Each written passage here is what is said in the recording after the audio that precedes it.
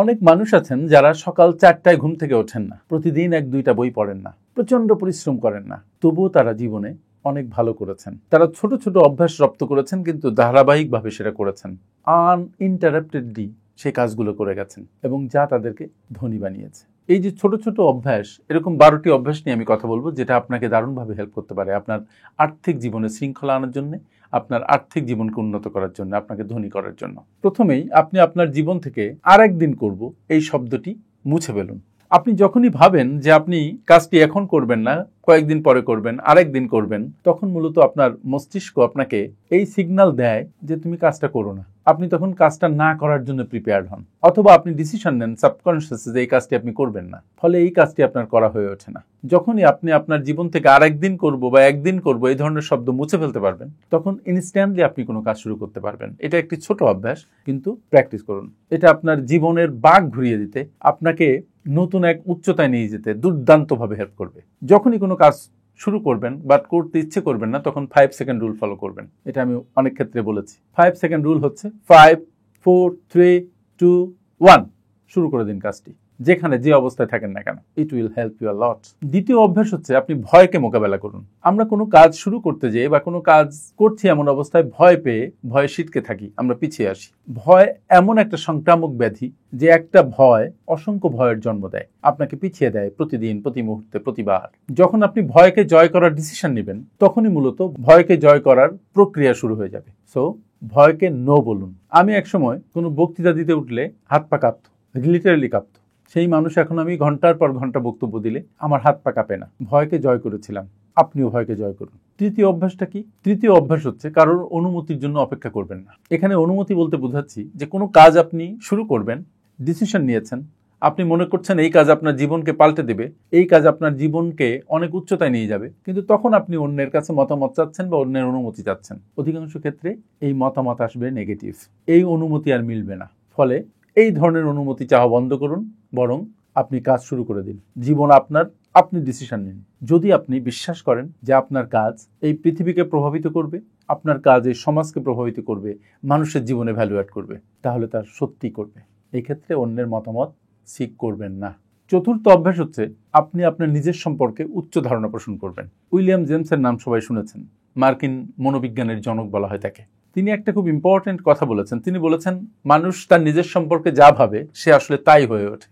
সুতরাং আজ থেকে নিজের সম্পর্কে খুব পজিটিভ মনোভাব ধারণ করবেন, নিজের যোগ্যতাকে চ্যালেঞ্জ করবেন না। আপনি যদি মনে করেন যে আপনি বুদ্ধিমান নন, তাহলে আসলে আপনি একসময় বুদ্ধিহীন হয়ে পড়বেন। আপনি যদি মনে করেন আপনার দ্বারা কোনো কিছু সম্ভব না, তাহলে আসলে আপনার দ্বারা কিছু সম্ভব না। কিন্তু আপনি যদি মনে করেন যে কাজ কেউ পারে নাই সেটা আপনি পারবেন, তাহলে অবশ্যই সেটা আপনি পারবেন। সুতরাং নিজের পরে বিশ্বাস রাখুন, নিজের সম্পর্কে পজিটিভ এবং উচ্চ ধারণা রাখুন। পঞ্চম অভ্যাস, প্রতিদিন 30 মিনিট সময় আপনি আপনার নিজের উন্নয়নে ব্যয় করুন।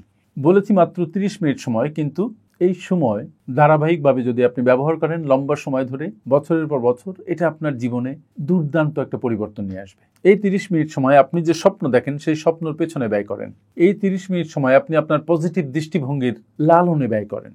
এই 30 মিনিট সময় আপনি আপনার স্বপ্নের পেছনে ব্যয় করেন, দেখবেন আপনার জীবন সুন্দর হতে শুরু করেছে। It's a journey, not a destination. ষষ্ঠ অভ্যাস হচ্ছে অন্যের সাহায্য চাওয়া। আমরা অন্যের সাহায্য চাইতে খুব কার্পণ্য বোধ করি, কিন্তু আপনি একা কি কখনো সফল হতে পারেন? আপনি যদি সফল হতে চান, আপনার অনেক মানুষ লাগবে, অনেক মানুষের সম্পৃক্ততায় আপনি একজন বড় মানুষ হয়ে উঠবেন। সো অন্যের সাহায্য চাইতে এক বিন্দু কার্পণ্য করবেন না। সাহায্য চাওয়া আর ভিক্ষা চাওয়া কিন্তু এক নয়। আপনি অ্যাসিস্ট্যান্স চাবেন, হেল্প চাবেন। You will not beg, you will seek help, different thing.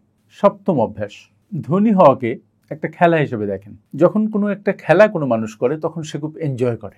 ধনী আপনি হতে চান, এটা যদি একটা খেলা হিসেবে নিতে পারেন, তাহলে দেখবেন অর্থ উপার্জনকে, অর্থের সাথে সম্পৃক্ত কোনো কাজকে আপনি খুব উপভোগ করছেন, আপনি এনজয় করছেন। আপনি যেটা এনজয় করেন সেটা আপনি অনেকক্ষণ ধরে সেই কাজটা করতে পারেন। আপনার শক্তি নষ্ট হয় না, আপনার মধ্যে ধৈর্য তৈরি হয়। সুতরাং আপনার জীবনে যত চ্যালেঞ্জ আসে, প্রত্যেকটা চ্যালেঞ্জ ভালোবেসে সক্ষমতার সাথে মোকাবেলা করেন এবং পরবর্তী ধাপে এগিয়ে যান। আপনি হবেন অদম্য। অষ্টম অভ্যাসটা কি? অষ্টম অভ্যাস হচ্ছে সময়ের যে অভাব, এই অভাবকে আর দোষ দেওয়া যাবে না। আমরা কোনো কাজ করতে যেয়ে বলি যে সময় পাইনি। সময়ের অভাব। সময় সবার জন্য 24 ঘন্টা। এই 24 ঘন্টায় কেউ অনেক কাজ করছে আর কেউ কিছু করছে না। সুতরাং সময়ের অভাবে কোনো কাজ করতে পারেননি, সেটা বলা বন্ধ করুন। রাদার সময়কে এমনভাবে ব্যবহার করেন যেন সময়ের ইফেক্টিভ ব্যবহার করা যায়, প্রত্যেকটি মুহূর্ত যেন কার্যকরী কোনো কাজে ব্যয় করা হয়। তাহলে দেখবেন যে যখন কোনো ভালো কাজ করতে চান আপনার সময়ের অভাব হবে না, কারণ আপনার প্রত্যেকটি সময় কার্যকর বা উৎপাদনশীল কাজে ব্যবহৃত হবে।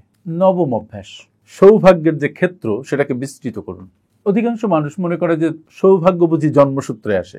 নো, আপনি আপনার নিজের ভাগ্য আপনার গুণ দিয়ে, পরিশ্রম দিয়ে, মেধা দিয়ে গড়ে নিতে পারেন।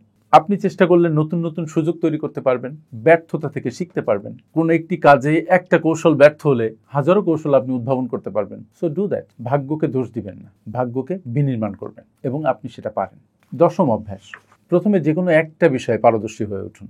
আমরা অনেকগুলো বিষয়ে একসাথে পারদর্শী হওয়ার চেষ্টা করি। No, it's a wrong idea. যে কোনো একটা বিষয়ে দারুণভাবে পারদর্শী হন, তারপরে আস্তে আস্তে আপনি দক্ষতাকে বিস্তৃত করুন। একসাথে 10 কাজ শুরু করলে কোনো কাজই আপনার হবে না। একটা করে শুরু করুন, সেটা সফল করুন, আর একটাই হাত দিন। কিন্তু ভুলে যাবেন না যে আপনি যখন একসাথে অনেক কাজ করতে যাবেন তখন আপনার ফোকাস নষ্ট হতে পারে। আরেকটা বিষয় হচ্ছে আপনার যেন খুব ভালো টিম থাকে, টিমের শক্তিকে যেন আপনি ব্যবহার করতে পারেন। তার মানে আপনার একটা প্রসেস ডেভেলপ করে ফেলতে হবে। একাদশ অভ্যাস হচ্ছে শৃঙ্খলাকে নতুনভাবে দেখুন। শৃঙ্খলা মানে কিন্তু শুধু কঠোর পরিশ্রম করা না, বরং নিজের ভবিষ্যৎকে ভালো রাখার জন্য কাজ করা with a different focus, positive focus. আপনি আপনার ভবিষ্যৎকে ভালোবাসেন এবং সেই অনুপাতে কাজ করে যান, দেখবেন এই কাজ আপনাকে অনেক দূর নিয়ে যাবে। আর দ্বাদশতম অভ্যাসটা কি? নিজের উপরে বাজি ধরুন। অন্যের উপরে বাজি ধরে লাভ নেই, নিজের উপরে বাজি ধরুন, জিত করুন। অধিকাংশ মানুষ তারা অন্যের জন্য কাজ করে কারণ তারা নিজের উপরে আস্থা পায় না। আপনি নিজের উপরে আস্থা নিয়ে, আত্মবিশ্বাস নিয়ে একটা জিদ ধরে কোনো একটি কাজ করুন এবং যতক্ষণ কাজটা শেষ না হয় ততক্ষণ লেগে থাকুন, আপনাকে কেউ দমাতে পারবে না। সুতরাং আপনি যদি আর্থিকভাবে স্বাবলম্বী হতে চান, সফল হতে চান, ব্যক্তিগত জীবনে, পারিবারিক জীবনে সফল হতে চান, তাহলে এই 12টি অভ্যাস আজ থেকে শুরু করুন। নো থামাথামি। Thank you. আপনারা যারা বিশ্বমানের project profile, company profile, project feasibility, market survey, business and marketing plan এবং ওয়েবসাইট তৈরি করতে চান, তারা আজই যোগাযোগ করুন আমাদের সাথে। FinPower Leadership International, a finance and business consulting firm.